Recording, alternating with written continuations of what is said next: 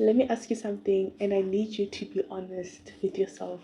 When you looked at the Met Gala 2026, did you actually understand what you were looking at, or did you just scroll, react, and move on? Because today I'm going to say something that might just change how you view the Met Gala, well, forever, I think.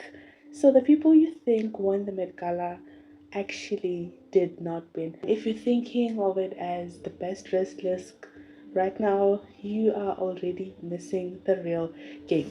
Dumelang, hi, my name is Janaya, commonly known as 𝙤𝙤𝙨𝙨, and welcome back to JAB, the Janaya Approved Blueprint. This is where we don't just observe culture, we decode it, and today we are asking a question that most people are answering completely wrong according to me. Who actually won the 2026 Met Gala? I want you to forget about everything that you have seen online. Forget the best dress list, forget the Beyonce, the Emma, everything that you have seen on TikTok, on Instagram, on YouTube. Girl, I know that you got that Facebook, so we're gonna forget about that. Ne? Forget about that. I'm asking you for 5 minutes. Forget about that. Forget about who trended a minute ago, who you just saw on your For You page right now, because the Met Gala is everything that has been roaming around of For You pages as of late. Because, well, the definition that you have about who won the Met Gala, it's a bit too small. I want us to slow this a bit down. Winning used to look like this a few years ago. You used to just show up, you would wear something stunning, you would get photographed, and then somehow find yourself on magazine covers. This was a few years ago, and right now we are in 2026. Ne? That was the formula of how you would win the best dressed in the past. But 2026 disrupted that completely, because now winning is not about the moment, it's about what happens after the moment. Yes, we do see you at the red carpet with your pretty dress and outfit and stuff like that. That's an iconic look, yes, but what happens after that?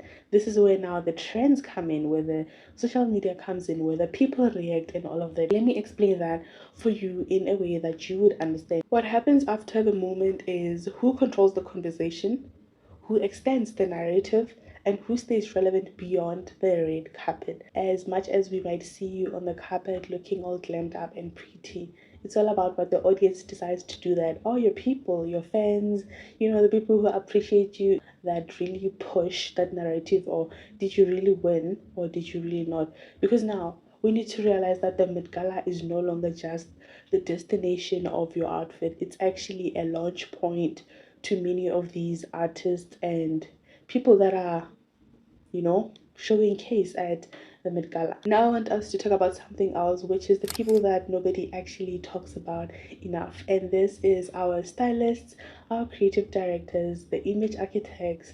These are the real winners because they don't just dress the people, they design the perception or the theme that they were given each and every year.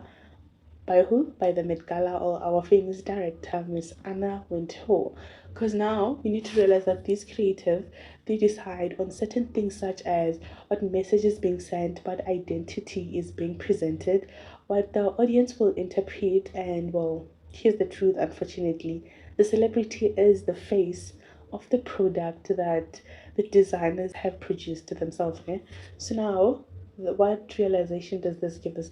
This gives us the realization that the creative team is the one in power, and these celebs that we're looking at are the actual face. So now the question lies, who actually won the Met Gala? Is it the designer, or is it the people? Who are we looking at? Are we actually looking at the right people? Please let me know down below in the comment section on every platform that you're listening to this from. Now I'm going to talk about something that is going to be a bit more disruptive, and I would like for you guys to comment in the comment section.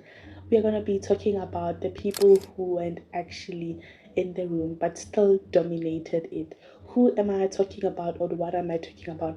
I'm talking about the digital takeover. We do know that in this era of digital technology, everybody is exposed to the social media and stuff, and it does in a lot of ways shape your opinion on what you see, how you react. So now who are these people that I am referring to? I am referring to your content creators, your breakdown channels, your fashion commentators, your digital storytellers, those TikTok influencers that you see and telling you, okay, I think this person won, that one won, that didn't win, and all of that. Ne? So now these people, they took the Met Gala and translated it for millions of people being us, the receiver on the other side, right? And in doing that, they managed to shape what? The public opinion. And they decided what? They decided what mattered, what look was iconic, and what got remembered actually. Now, should I ask you again, who really won the Met Gala for 2026? Let me know down in the comment section below what you think and where do you think this is going. Is social media gonna be the major factor in the fashion industry in the future? I would like to know from you guys. Let's make this practical, because this is not just about fashion, it's about positioning. We are living in an attention economy. Social media is taking over fairly, and social media is making it more easier in terms of this point that I'm going to bring up about what? The attention economy, right? The people who win are not necessarily the ones who are seen first on these platforms or on the carpet, but it's the ones who are what? The ones who are remembered the longest. There's a big difference, a very much big difference, who is seen first and who is remembered the longest. Another thing that I saw is that the people who actually stood out, or I think won, are the ones who are not playing it safe. Like, safe just doesn't work anymore, it doesn't cut it anymore. The second you wear something basic on the Met Gala, the red carpet, you are bashed. You are bashed. And you guys bash. You guys bash. You guys bash. And I don't like, I be bashing.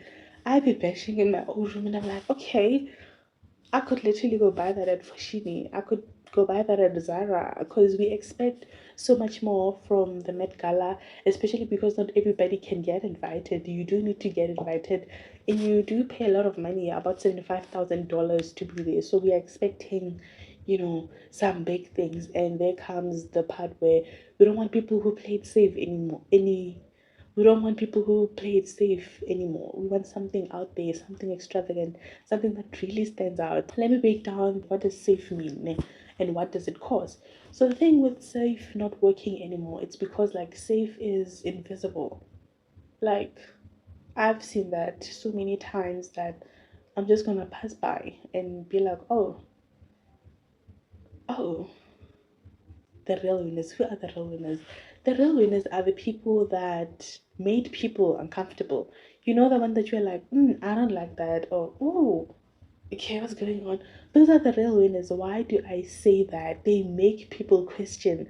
They make people react. Ne? Now, hear me out. Hear me out. Why do I say this?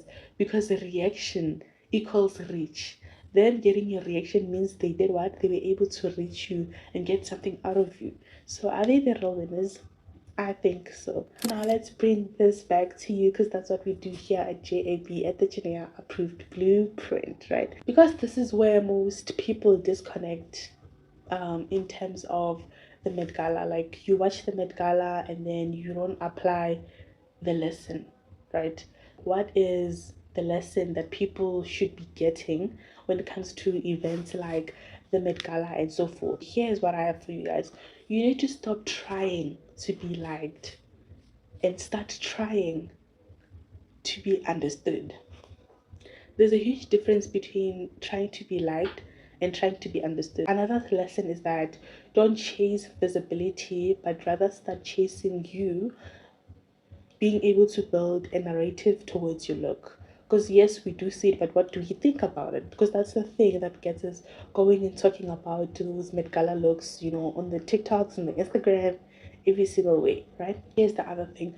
We need to also stop asking, how do I look? As the person who is obviously coming to the Met Gala red carpet, we need to stop asking, how do I look? But start asking, what do I represent? In this era, representation is everything.